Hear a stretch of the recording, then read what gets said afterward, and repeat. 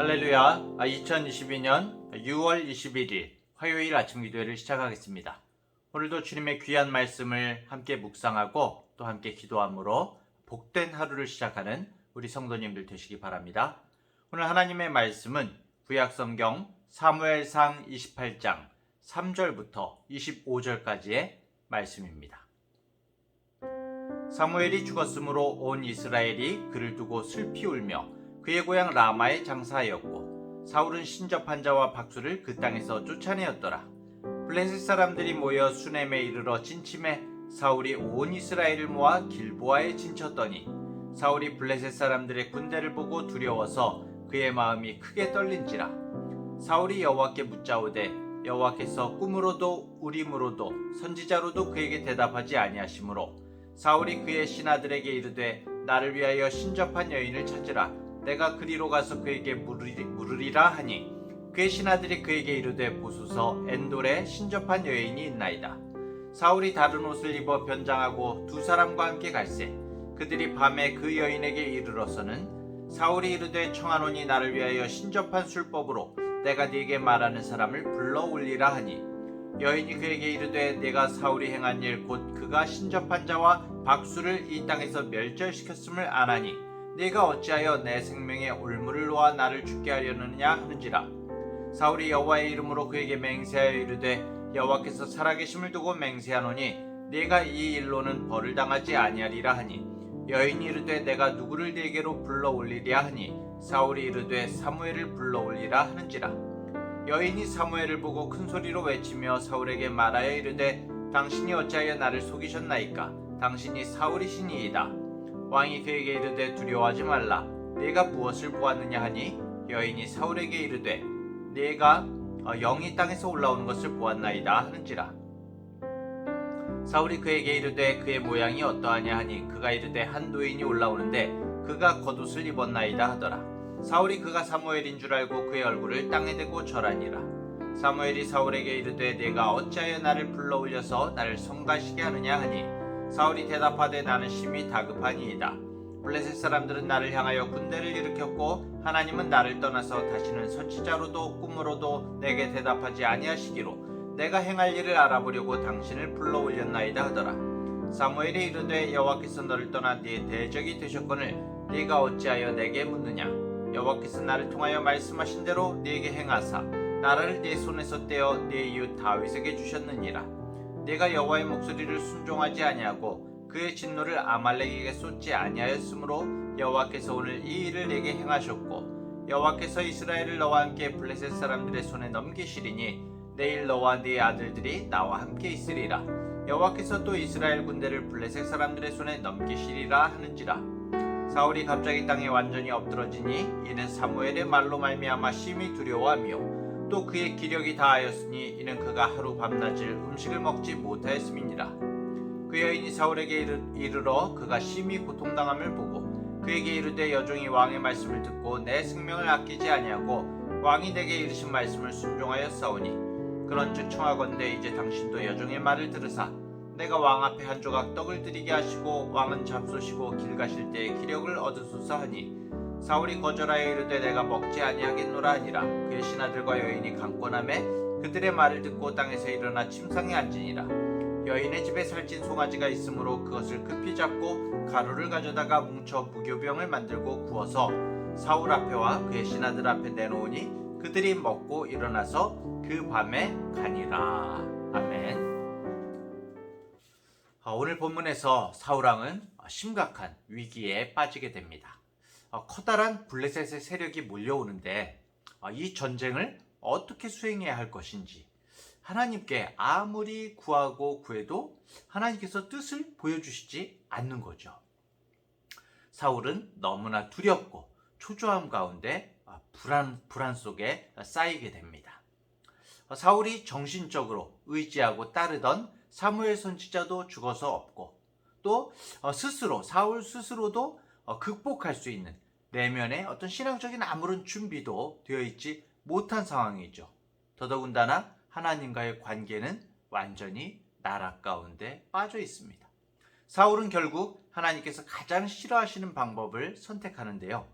한밤중에 변장을 하고 신접한 여인을 찾아가서 망령을 부르는 술법을 동원해서라도 이 두려운 상황에서 뭔가 자신의 눈을 만족시킬 수 있는, 뭔가 자신에게 확실한 응답을 얻을 수 있는 그런 방법을 꾀하고 있는 것입니다. 하지만 하나님께서는 이스라엘 사람들에게, 이스라엘 백성들에게 신접한 사람, 박수와 무당을 만나는 것을 금지하셨거든요. 율법으로 금지하고 백성들의 삶에서 이 신접한 사람들을 쫓아내도록 하셨습니다. 신명기 18장 11절 12절에 보면은 진언자나 신접자나 박수나 초혼자를 너희 가운데 용납하지 말라. 이런 일을 행하는 모든 자를 여호와께서 가증히 여기시나니 이런 가증한 일로 말미암아 내 하나님 여호와께서 그들을 내 앞에서 쫓아내시느니라. 이렇게 말씀하고 있습니다. 사울 자신도 이 율법대로 신접한 여인이나 신접하는 어떤 행동을 금지시키고 그 땅에서 이미 쫓아냈거든요.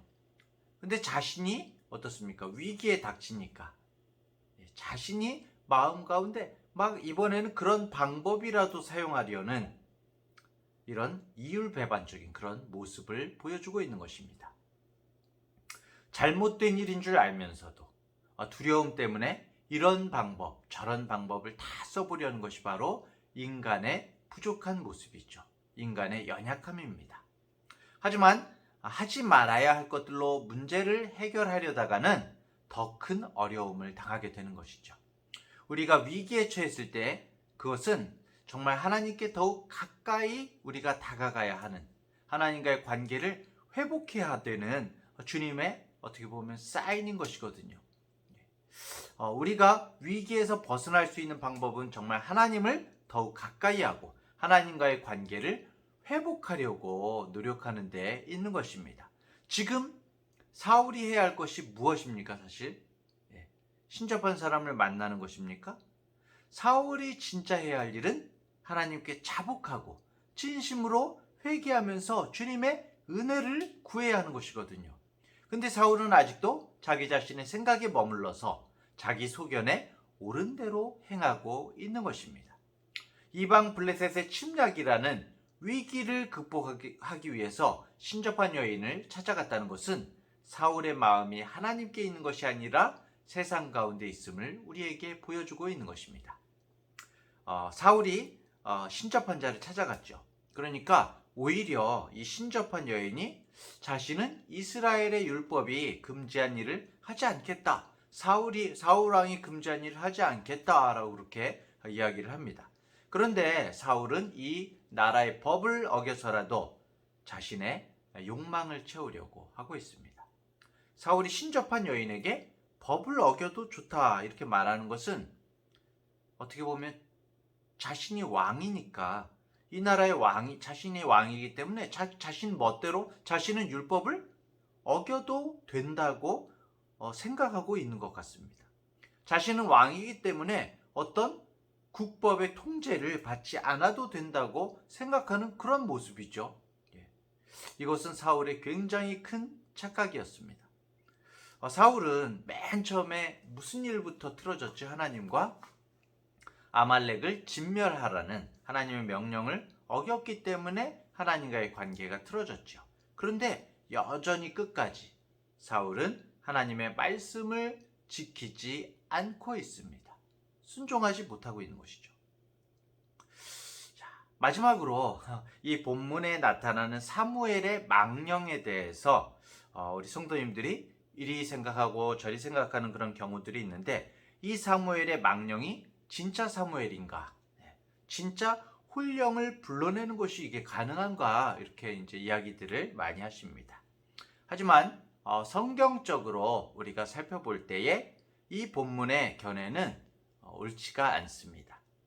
하나님께서 성도, 특히 선지자의 영혼을 무당의 술수에 이용되도록 하실 리가 없거든요. 그리고 혼이 땅에서 올라왔다, 올라왔다 이런 언급은 사실은 성경적인 개념과는 완전히 배치됩니다. 우리의 영혼은 하나님의 낙원에 이른다, 하늘로 올라간다 라는 것이 성경적인 개념인 것이죠. 오히려 이것은 굉장히 이방적인 어떤 접신술과 같은 거짓 사상과 합치된다는 점에서 잘못된 것을 우리에게 이제 분명히 보여주고 있습니다. 사무엘의 이 성경 자체로도 우리가 자세히 읽을 때에 알 수가 있는데요. 사무엘의 혼이 아닌 사무엘을 가장한 어떤 사단의 어떤 형상이 나타났다라고 보는 것이 맞습니다. 사울이 묻지 않습니까? 이 여인에게 내가 무엇을 보고 있느냐, 무엇을 보았느냐. 그러니까 실제적으로는 사울의 눈에 비춰진 것이 아닙니다. 여인의 눈에는 보였다고 보일 수도 있겠죠. 하지만 이것이 사울의 눈에 보여지는 것이 아니고요. 이것을 사울이 묻는 것을 볼 때 사울은 아무 형상도 보지 못하고 있는 것이죠. 사실 그 무당이, 그 여인이 어떤 현상을 본 것은 초자연적인 어떤 심리적인 현상이었기 때문에 사울이 아무것도 못 본 것은 너무나 당연한 것이죠. 이것이 어떻게 보면은 일종의 어떤 이교적인 사술의 형태입니다. 그래서 이 초혼술이라고 그러죠. 초혼술.